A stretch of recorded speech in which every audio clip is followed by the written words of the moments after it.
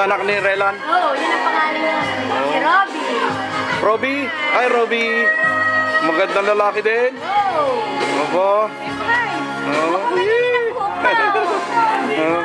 Para makita ka ng tiyaw doon. Taga-dayap ka? Hindi. Yan, di ka nagkarla niya. Taga-nagkarla. Yan, tunay. Mabait daw yun ah. Oo. Oo. Si Raylan na yung nakukuha pangalan.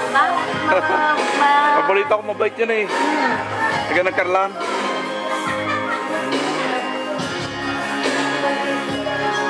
Malaki na ano?